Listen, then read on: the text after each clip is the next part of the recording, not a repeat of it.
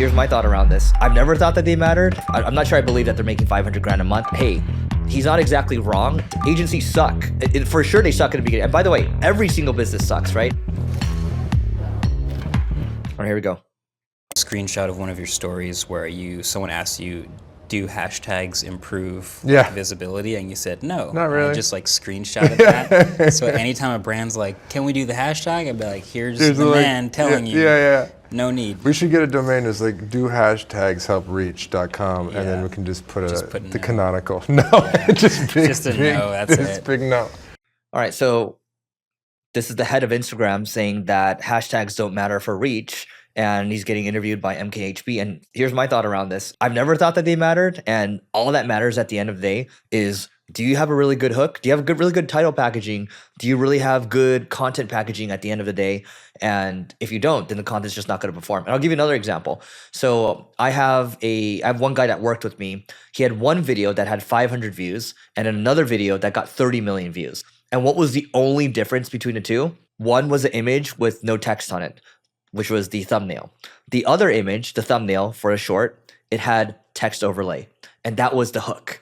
And that is the difference between 500 views versus 30 million views. So instead of thinking about, oh my God, I'm obsessing over these 30 hashtags, just think about delivering something that's great, packaging it well, and you'll get the views that you need. What did you guys do to make 6 figures a month? What do you do? So we do Snapchat, and it's a very unorthodox thing. Not a lot of people know about it, but we got onto it early, and we basically produce content on the platform. We run a bunch of accounts, and yeah. The overarching theme is it's content automation. So we run Faceless channels, and we will either run voiceovers on them, or if it's a compilation show, we do it across YouTube. A lot of our money is made on Snapchat, and it's basically just we take brands with no face on them, and we only make money through ad revenue through pulling views on the Faceless channels. So making 500 grand a month with Faceless channels. So I'm not sure if I necessarily believe these guys I'm not sure I believe that they're making 500 grand a month. That being said, I think both of these guys they seem like they're really smart. They're obviously very young.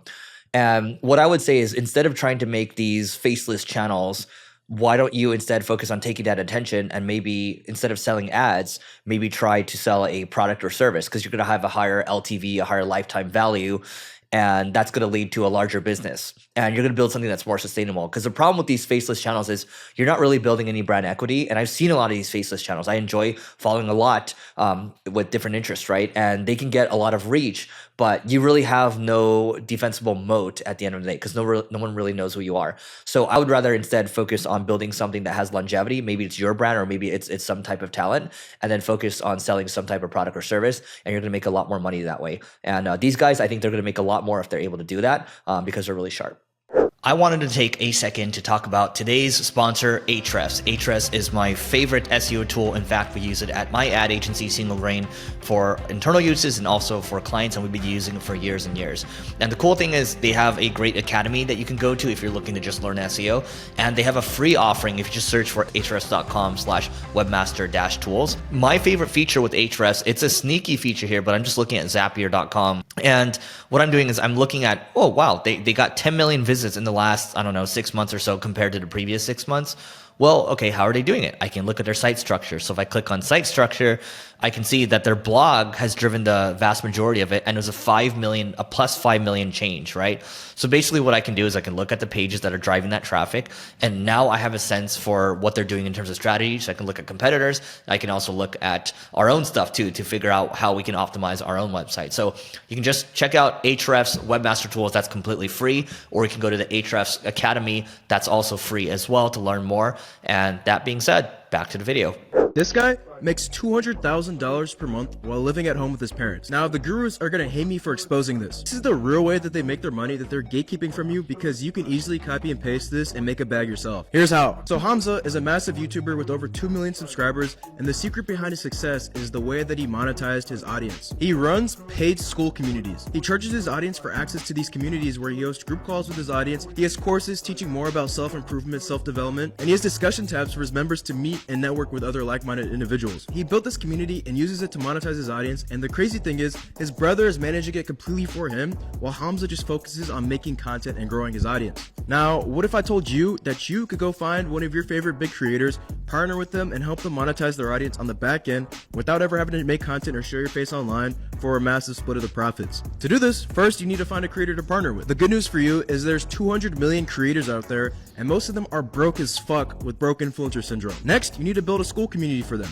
This only takes a few hours to build out. Last, you just need to start selling the creator's audience into the community and split the profits with them. So let's say you find a creator 1/10 the size of Hamza, 200,000 followers, and you get even just 1% of their audience to join. That's 2,000 people. If you charged just $10 per month for access, that's $20K per month, and if you split it 50-50 with the creator, that's $10,000 in your pocket every single month. If you want to learn more about how to do this yourself, drop a follow and check out my pinned videos.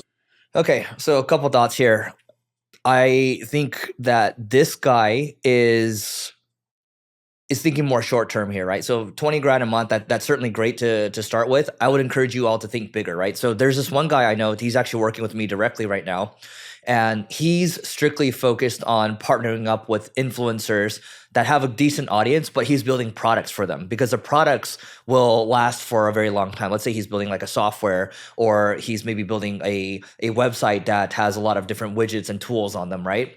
And so you can certainly build a school group, but the problem with these groups is that the churn is very high.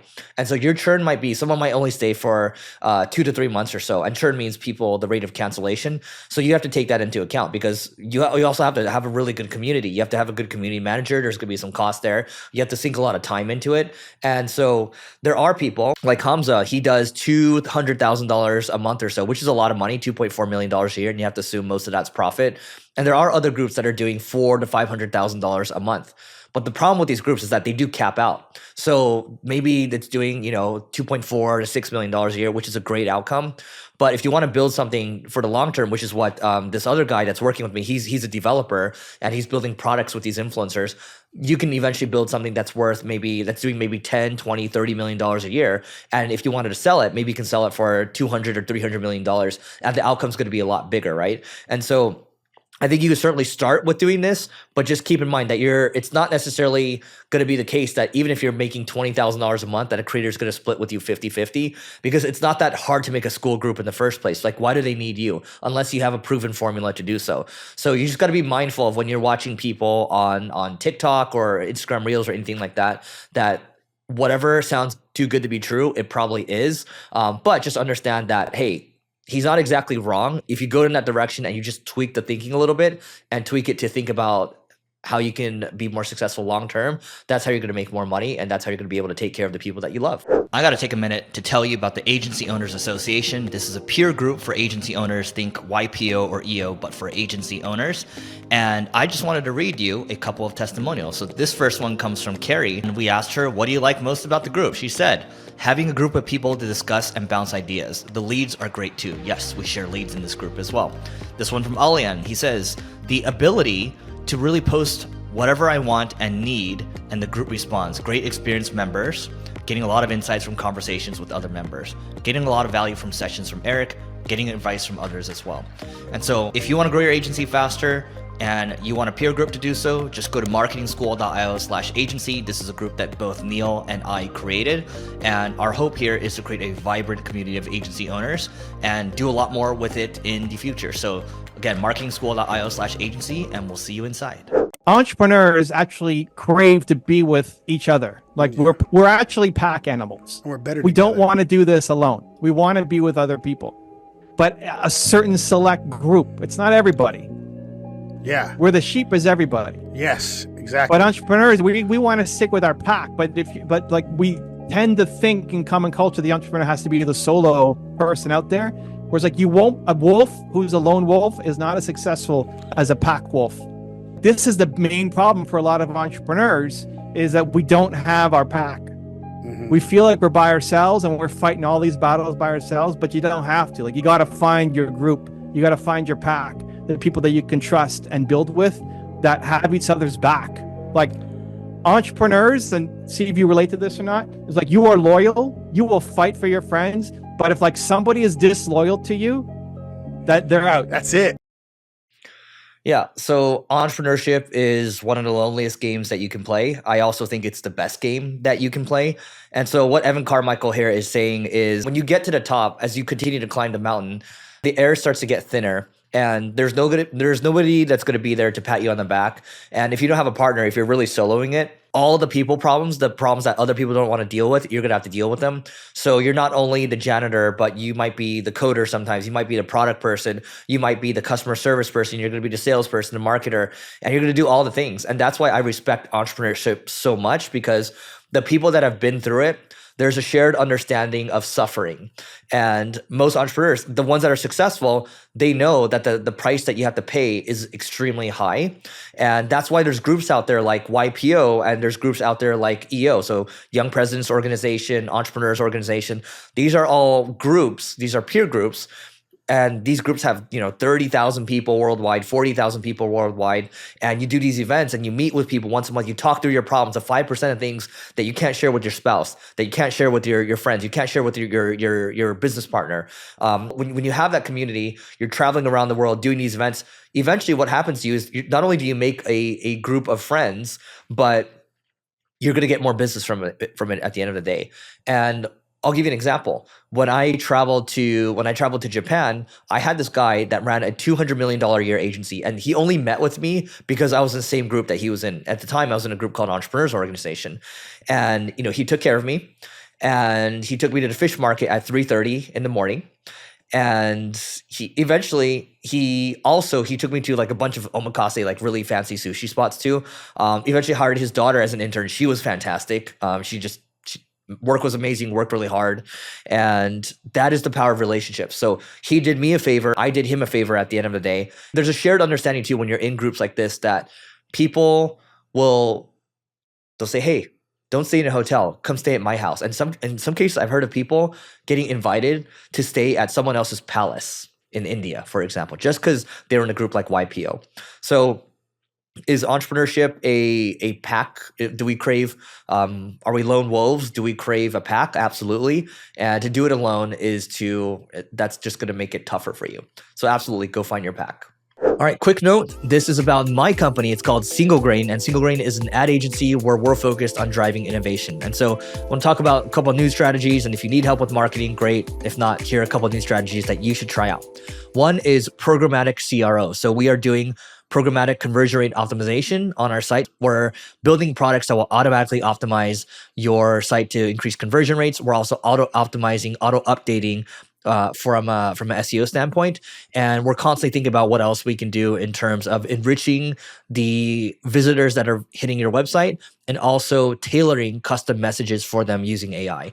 And so there's a handful of things that we're doing from a marketing standpoint. And our mission is just to drive more innovation. So if you want to learn more, just go to singlegrain.com, grain like rice. So singlegrain.com to learn more, and we'll see you inside. My second successful business was a social media marketing agency, and I was making $30,000 per month when I decided to shut it down. So first of all, proof that the business was doing $30K per month. So here's why I decided to shut it down. The way that it worked was I would charge clients anywhere from $2,500 per month to $5,000 per month to make TikToks for them and also run ads for them. First, to succeed, you have to be in what I call outreach hell. To get more clients and make more money, you have to compete in a saturated market, sending hundreds of DMs per day and hundreds of emails just to get clients so you can grow the business. No one enjoys outreach, and running a business that solely depends on it sucks. Second, dealing with 10 clients is a headache. To make decent amount of money with my agency, I had to keep signing clients, and once you get to the point where you have like 10 clients, you have to report back to all of them, and it feels like you have a boss. And I got into business in the first place to be my own boss and have freedom, and it just didn't really make sense to be like a slave to my clients. When we hit 30K with the agency, we had a whole team built out, and 30K revenue turned into actually like $10,000 in profit, even if that. Which is why I decided to shut down my agency and instead start growth operating, where I only need to sign one client to make $10,000 per month, and I don't need to do outreach hell forever. You don't get stuck in outreach hell, and then every single dollar that you bring in working with this creator is basically 100% profit. And if you want to learn more about growth operating, the business that I run now, that makes me over $100,000 profit per month, I made a free guide breaking down how it works. Just DM me the word guide on IG and I'll send it to you for free. It depends on what you're looking for at the end of the day. So myself, my podcast co-host, so 8-9 figure agencies, and you are certainly in outreach hell in the very beginning, and you're doing all the work. You have to clean up. You have to clean up the trash too, right? You're a janitor, and agencies suck. For sure, they suck in the beginning. And by the way, every single business sucks, right? So what this guy is saying over here, he has a business that's doing $100,000 a month, right? Sounds like he's doing some type of coaching thing, and that's great. If that's what he wants for his lifestyle, he wants to make $100,000 a month, and maybe a lot of that's profit. More power to him, right? But there's going to be a limit to that scale. In everything, there's no solutions necessarily. There's only trade-offs. Now, when we think about agencies, you have agencies out there doing hundreds of millions, billions a year, and 4 billion plus a year, right? And so, how did they get there initially? Like, yes, they had to slog through it. That's the first level. But the second level, as you start to get bigger and bigger, now 30K is nothing to scoff at, but it's also not enough to make good hires. You 30K, you're probably hiring people that are a lot of offshore, nearshore. You're probably doing a lot of the work yourself. You're not hiring A+ talent. You got to get bigger than that to afford the talent, and you got to continue to get bigger and bigger. And what happens eventually is, if you want the agency to grow, you got to hire people that have been there, done that, and they often have a Rolodex of clients. They also have a Rolodex of people that they can bring in, and it becomes this scenario where you're just hiring people that have been there, done that, and they'll bring people with them, they'll bring clients with them, and the agency gets bigger and bigger. And so that's how you get to 8 figures, 9 figures, 10 figures or so. But again, if you're just optimizing for yourself and you don't necessarily want to have the headache of building a company with a lot of people, because you could have people problems, then it's fine. You can totally go the coaching route, right? But you just have to understand that the trade-offs that you're willing to make. So one's not necessarily worse or better than the other one. It just is.